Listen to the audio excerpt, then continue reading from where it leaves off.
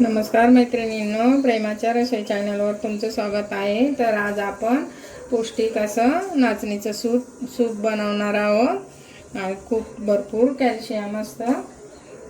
तर मी 2-3 चमचे नाचणीचं पीठ घेतलंय, 1 चमचा कॉर्नफ्लॉवर घेतलंय आणि थोडीशी ढोबळी कापून घेतली, थोडासा कांदा, हे फरसबी घेतले थोडंसं आणि 2 हिरव्या मिरच्या कापून घेतल्या, थोडासा टोमॅटो टाकू आपण आणि अर्ध लिंबू। तर आपण ना हे मी आलं, लसूण आणि कढीपत्ता थोडासा मिक्सरला फिरवलाय, का तुकडे केले तरी चालतात, पण मी मिक्सरला फिरून घेतलंय। आता आपण थोडंसं ना हे पीठ भाजून घेऊ।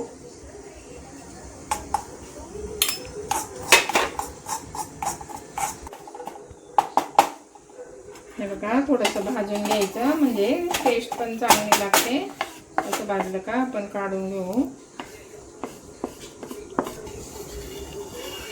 आता आपण अर्धा चमचा तूप टाकू, जास्त पण नाही टाकायचं, थोडंसं जिरं टाकायचं, हिरवी मिरची टाकली, लसूण थोडंसं परतून घ्यायचा म्हणजे टेस्ट चांगली येते। आणि पण आता थोडासा कांदा परतून घेऊ, जास्त पण नाही, कच्चेपणा जाईपर्यंतच परतायचा, जास्त नाही परतायचं।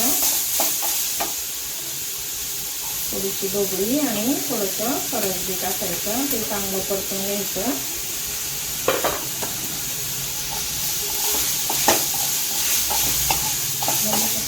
भाज्या हे होतात ना, परतायला ठेवला, तोपर्यंत आपण हे नाचणीचं पेस्ट करून घेऊ।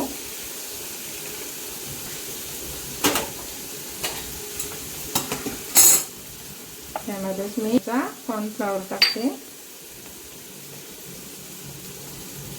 चांगलं मिक्स करून घ्यायचं, गुठळ्या मोडून घ्यायच्या। आता आपण थोडीशी हळद टाकू आणि थोडासा हिंग टाकू म्हणजे टेस्ट चांगली लागते। आता आपण टोमॅटो टाकू, टोमॅटो थोडंसं परतून घेऊ।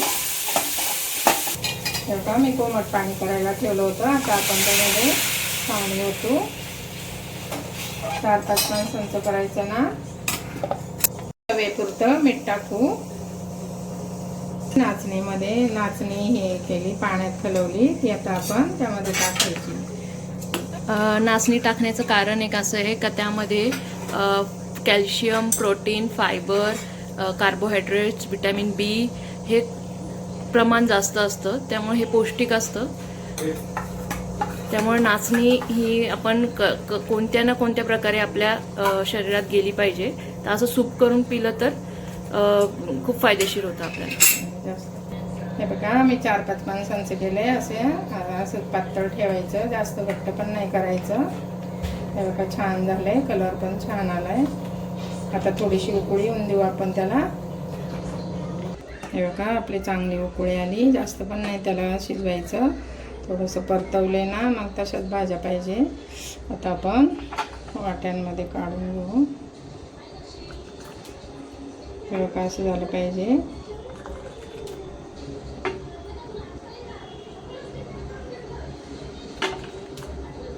संध्याकाळी तुम्हाला असं, आता उन्हाळा आहे ना, भूक पण नाही लागत, त्याच्यामुळं असं खाल्लं ना थोडंसं हलकं हलकं। हे बघा, आता आपण असं थोडंसं लिंबू पिळू आणि थोडीशी कोथिंबीर टाकायची, कढीपत्ता आधी थोडंसं वाटून टाकलाय। हे बघा, असं झालंय आपलं। तुम्हाला जर आवडलं तर लाईक करा, शेअर करा, पूर्ण व्हिडिओ बघत जा आणि नवीन असाल तर सबस्क्राईब करा। Bye bye.